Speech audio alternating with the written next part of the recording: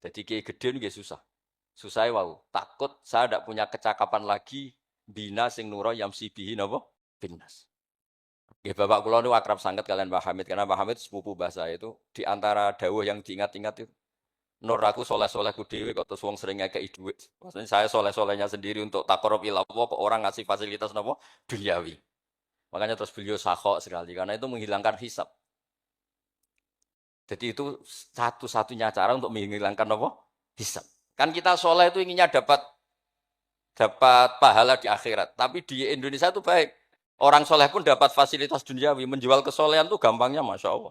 Sehingga yang nggak soleh pun pura-pura soleh. Kalau agama ini dijual dengan isu-isu sosial, itu bahayanya itu orang-orang kecewa.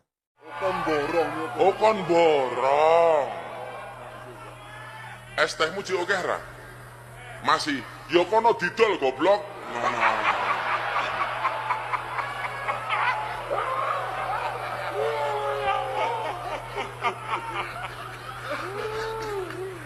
Dolen dhisik.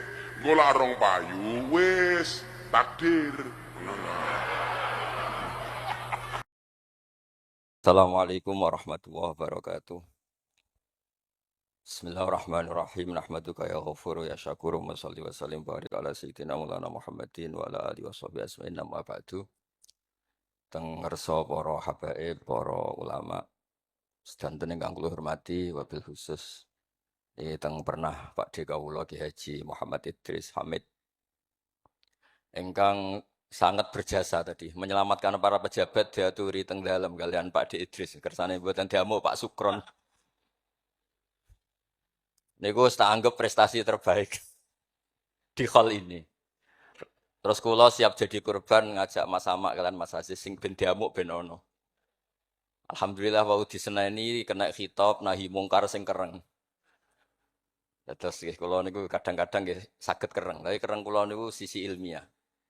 Sisi ilmiah yang ekstrim. Jadi negara ini atau umat Islam ini enggak boleh dilatih difasilitasi Gus Ipul. Nanti agama ini menjadi bergantung wali napa? Kota.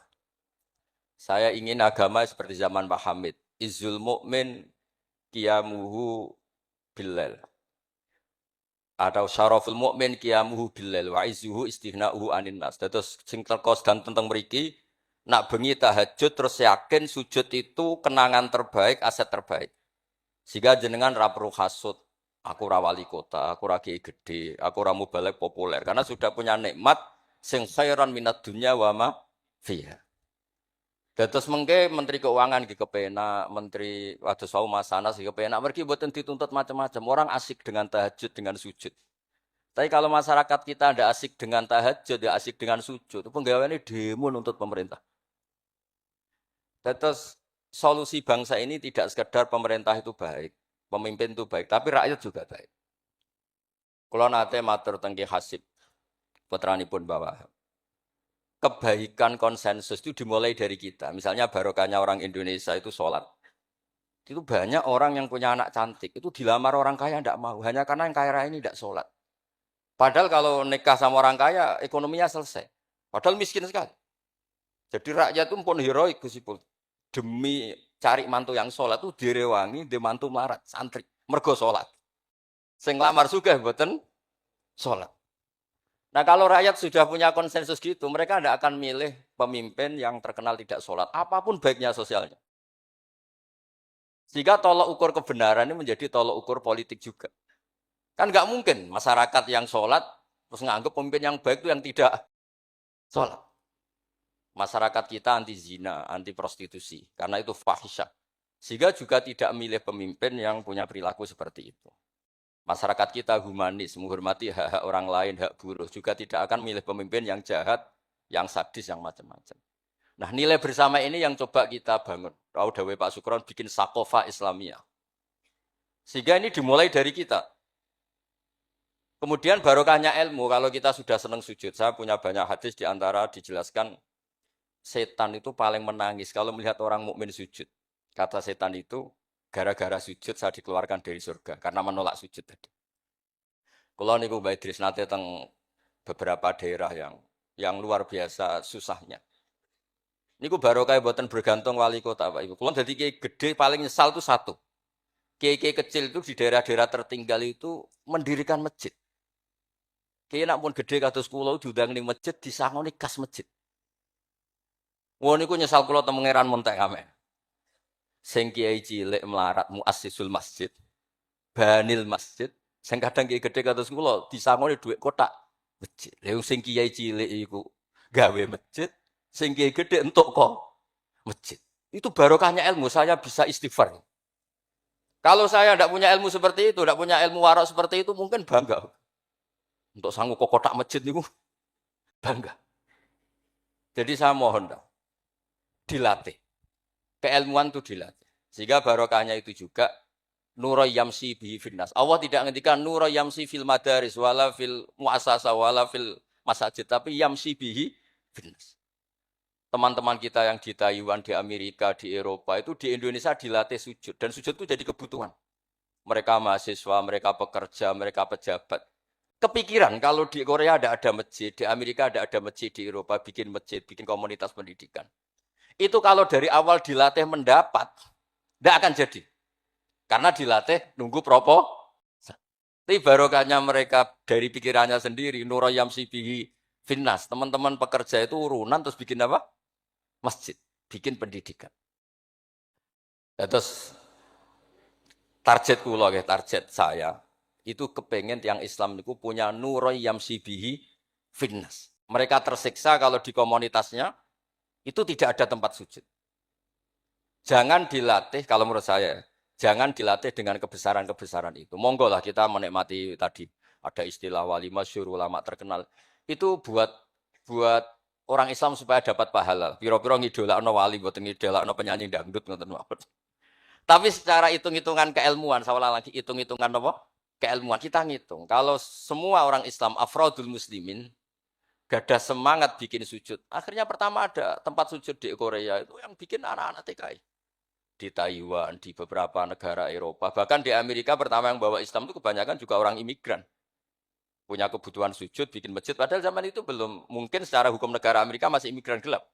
Lama-lama jadi orang terpelajar, lama-lama bahkan jadi yang senator macam-macam. Itu dimulai dari nuro yamsi bi finnas. Bukan dimulai dari kebesaran. Lalu kalau sajane nggih radi susah jadi kiai gede nggih susah.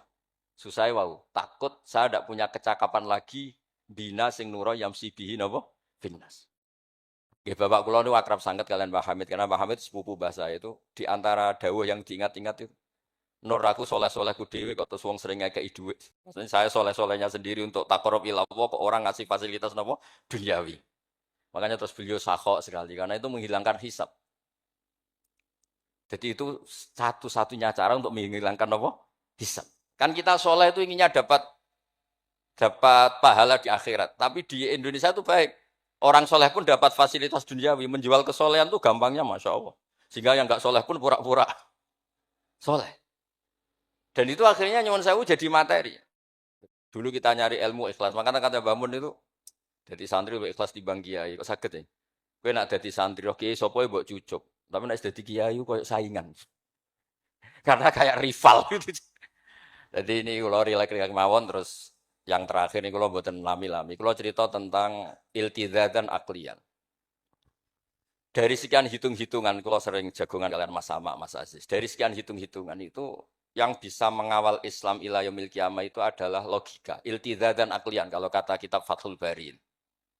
Karena kalau hukum wujubul akli, kalau kita zaman ngaji itu ada wajib akli. Itu ketika kita kecewa itu tetap. Misalnya saya didik Mas Aziz dengan gaya sosial. Sekali ada orang yang lebih sosial, saya ditinggalkan.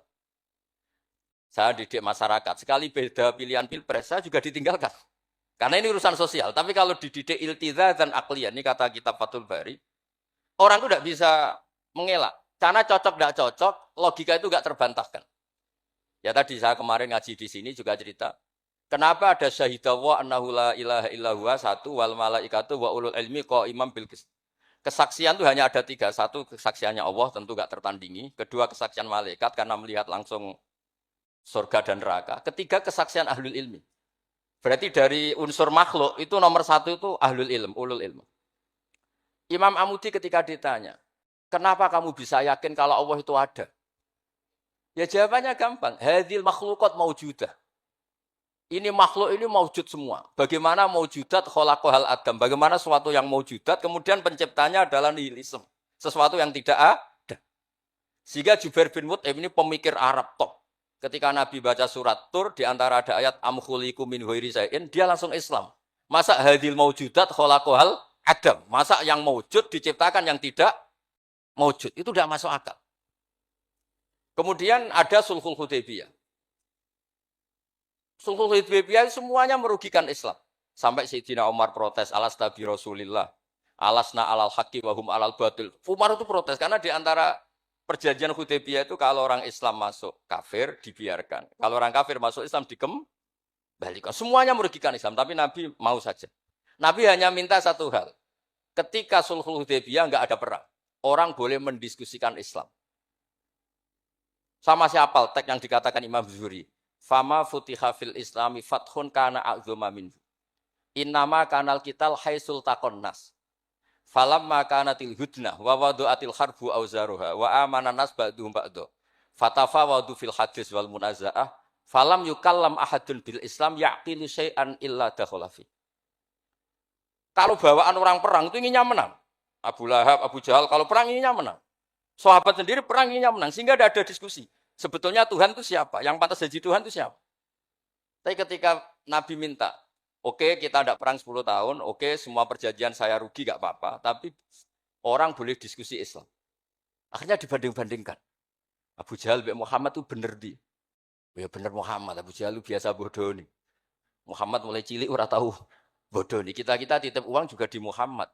Berarti sudah gagal Abu Jahal jadi pemimpin, yang dipemimpinkan Muhammad. Mereka zaman itu masih jangkar, masih nama Muhammad.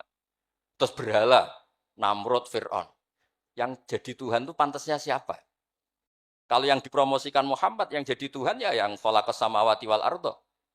Terus Nabi Muhammad juga menantang. Ara'aitum ma tad'una min dunil aruni madza khalaqu minal ardi am lahum syirkun fis samawat. Ada kualifikasi jadi Tuhan, syaratnya apa? Dia pencipta langit, pencipta bumi. Dia pencipta air, dia ini itu. Abu Jahal enggak. Berhala-berhala enggak. Lata Uzza enggak. Akhirnya semuanya masuk Islam. Gara-gara barokahnya apa? Diskusi. Makanya di Quran sering ada kul aro'aitum, kul aro'aitum. Dan Allah mempersilahkan. Di diskusi itu makanya kata Imam Zuhri, falam apa itu tadi? Fatafa wadu fil hadis wal munazah. Mereka debat terbuka. Nah sekarang itu orang harus ngaji seperti ini. Nah kalau iltidatan aklian tadi yang disebut kitab Fathul Bari, jenengan ngaji saya wajibul akli. Setelah itu jenengan kecewa dengan saya. Entah urusan politik, entah urusan ekonomi. Sampai tidak bisa membuang logika Anda itu tidak bisa. Sampai bisa enggak jadi orang komunis, ateisme, nihilisme. Terus berpendapat gini, hadil maujudat sabaqohal adam, wa khalaqohal adam. Ini yang maujudat langit bumi penciptanya adalah ketiadaan. Fakih fayakunul adam yu'athir wa yakhluq. Bagaimana sesuatu yang tidak ada kemudian bisa menciptakan. Jadi akhirnya paham nihilisme inilah. Barokahnya ya kayak Indonesia itu. Kadang di tonggo kiai ini wis kereng, rapati sosial. Ya tetap Islam. Mergo iso kecewa kiai tapi wong ora iso kecewa mbek napa? Islam. Beda pilpres, beda pilgub, dia tetap Islam. Bahkan orang nyun sewu yang masih suka mabuk, suka main perempuan, itu tidak pindah agama yang nyun sewu yang tidak melarang itu, tetap Islam. Karena logika yang dibangun Islam itu logika sing ma'ruf, logika sing makul, sehingga apapun kecewanya orang Islam. Nah ini pesannya Imam Ibnu Hajar al-Asqalani yang nyarai Bukhari, orang Islam itu harus didorong, berlatih terus dengan kekuatan iltizatan aklian. Dia punya kenyamanan berpikir. Karena agama ini liqaumi ya'qilun, liqaumi yatafakkar. Makanya dulu Nabi itu urusan sosial pun tuh Nabi kalau ngendikan tuh mesti dilogika. Misalnya begini, ini yang urusan tauhid sudah sering saya jelaskan. Sebelum urusan sosial saya cerita Imam Tauhid. Saya berkali-kali cerita, Imam Amudi itu keramatnya itu karena guru matematika. Saya berkali-kali cerita. Terus kata Allah, silahkan ngajar malaikat saya tentang matematika. Itu malaikat diajarkan. Kenapa saya percaya Allah itu wajibul wujud? Beliau nulis, angka 2, 3, sampai 1 miliar, itu nisbatnya ke angka 1 itu nisbatul far'i ilal asli. Semuanya itu dinisbatkan ke angka 1, yang 1 itu dasar, yang lainnya itu Bu angka 1 miliar ya dimulai dari 1, 2, 3 dari 1. Berarti al-aslu adalah Allahus somat kul huwallahu ahad. Gambar kayak apa ruwetnya juga dimulai dari 1 titik. Nah titik ini nuktatul wujud. Maka sirnya bismillah dimulai dari 1 titik. Nah kalau umat ini dilatih begitu, itu mbok kecewa kayak apa tetap Islam. Tapi kalau dilatih, penak jadi kiai. Sering diundang ning wali kota disangoni. Ono kiai sing ra disangoni terus rapati Islam. Enak jadi kiai top, sering diundang ning ndi dihormati din. Engko sing rapati dadi top terus rapati bangga mbek Islam. Tapi kalau dilatih iltizazan aqliyan, apapun kondisinya, mereka akan nikmati ilmunya sendiri, nikmati akalnya apa? Sendiri. Ada beberapa kasus sosial yang gagal, tapi Nabi bisa mendidik dengan teori iltizazan aqliyan. Ada istaka rojulun, syaka rojulun ila Rasulillah. Bapak saya itu nakal sekali ya Rasulullah, sayyul khuluq. Terus bapaknya datang pakai yattaqi walal aso. Terus Nabi tanya, itu bapak kamu ya? Terus bapaknya, ini orang ini mengadukan kamu itu sayyul khuluq sama anak kamu. Terus kata bapaknya, innahu kana faqiran, innahu kana dhaifan wa ana qawiyyun. Wa faqiran wa ana ghaniyun. Walam amna'hu syai'an min mali. Wal yauma ana faqir wa huwa ghaniyun. Wa ana dhaif wa huwa qawiyyun. Wa yabkhalu alayya bimali.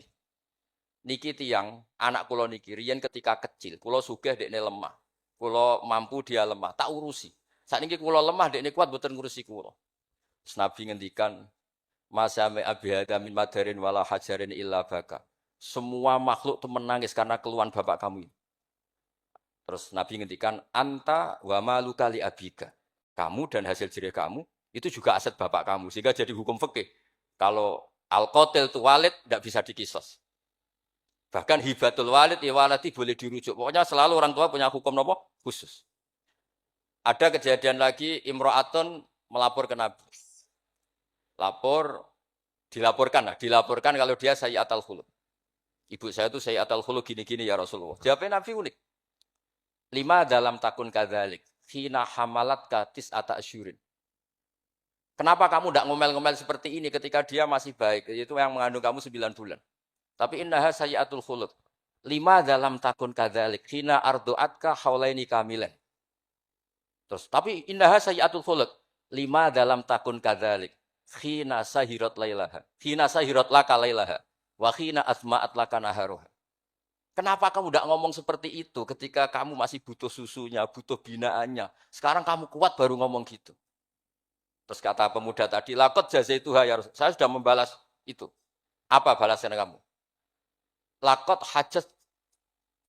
hajat tuha ala unuki. Dia pernah haji tak gendong. Tapi Nabi ngendikan fawwah ma jazaitaha. Kamu tetap tidak bisa balas jasa ibu kamu. Jadi orang ketika ingat sisi sayyi'atul khuluq ibunya ketika sepuh, Nabi mengeset ulang. Apa seperti itu? 5 dalam takun kadzalik. Kenapa ibu kamu tidak sayyi'atul khuluq ketika hamalat katis ata asyurin? Kenapa saat itu kamu tidak digugurkan, dibuang ke kali? Daripada dia anak akhirnya gak ngaku jasanya orang tua. 5 dalam takun kadzalik khina ardu'atka haulaini kamilan. 5 dalam takun kadzalik khina tadi sahirat laka lailaha wa atma'at laka nahar. Itu Nabi. Jadi saya ini termasuk kiai lah yang ingin semuanya kita baik itu karena ada kemampuan iltizaz dan aklian supaya agama ini liqaumi yaqilun liqaumi yatafakkur. Kalau agama ini dijual dengan isu-isu sosial, itu bahayanya itu orang-orang kecewa. Loh saya itu akrab sama Gus Pul, belum pernah main ke wali kota. Bukan soal zuhud. Mau nak disangoni, terus suatu saat rah disangoni sedarani medit. Terus kurang suguhannya tersinggung, terus ribet-ribet. Pokoknya agama kalau dijual sosial itu ribet. Karena terus tuntutannya itu mukafaah. Makanya Nabi itu dulu pinter sekali kalau misalnya masalah zina. Ada pemuda itu hipersek. Enggak bisa Islam. Karena kalau Islam itu melarang zina. Akhirnya geger istadzana fi zina. Saya mau masuk Islam tapi boleh zina. Geger kan sahabat menghalau supaya gak sowan Nabi. Ketika geger-geger Nabi tahu itu ada apa? Ada pemuda mau masuk Islam tapi yastadzinu fi zina. Dia harus boleh zina. Kata Nabi, "Mah, suruh sini." Betul kamu pemuda yang mau masuk Islam kalau tetap boleh zina. Ya Rasulullah, saya ini hipersek, saya ini. Kata Nabi, Nabi ngendikan pertama itu, atuhibbuhu li ummik. Kamu suka anak ibu kamu jadi demenan orang? Ya tidak suka ya Rasulullah. Atuhibbuhu li bintik. Kamu suka punya putri yang jadi demenannya orang? Ya tidak suka Nabi. Terus atuhibbuhu li kholatik, atuhibbuhu li ammatik. Terus dia selalu jawab, walan nas tuhibbuna. Semua orang tidak suka kalau ibunya begini, putrinya begini, gini, gini. Terus kata pemuda tadi, demi Allah, saya belum keluar dari majelis Rasulullah, tidak ada sesuatu yang abghadha syai'in ilayya minaz zina. Tidak ada sesuatu yang paling saya benci kayak zina. Karena diset. Ya sama seperti kita-kita mungkin yang jadi kiai-kiai gede itu, dalile al yadul ulya khairul lagi sufla, tapi prestasi dari kiai ini entuk ora tahu memberi. Ya sama seperti yang zaman Pak Sukron Makmun. Dulu kiai-kiai dulu itu berjasa, sekarang kita-kita itu makan apa? Jasa.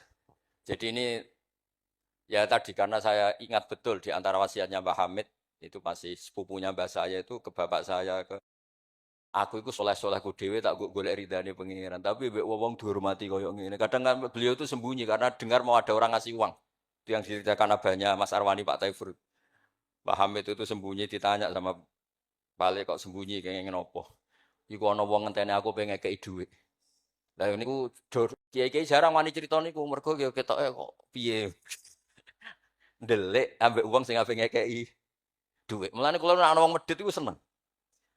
Kula niku dadi kiai sing salam tempel iki kathah. 100.000 ya njaluk swarga, 1 juta ya njaluk swarga. Nek Gus Ipul 5 juta njuk dadi presiden, wah malah larang meneh. Mergo logika kula logika sederhana. Nek ana wali santri kok lomo ya tak dhuwit tak nggo apa lah. Riyen Pak Hamid nek dikei dhuwit wong macam-macam niku wonten sing tangklet. Itu kan duit yang macam-macam Pak Hamid. Engko ora ana gunane, ya terus kasihkan fakir miskin. Nek ana wali santri medhit kula nggih seneng. Ngringakno hisab.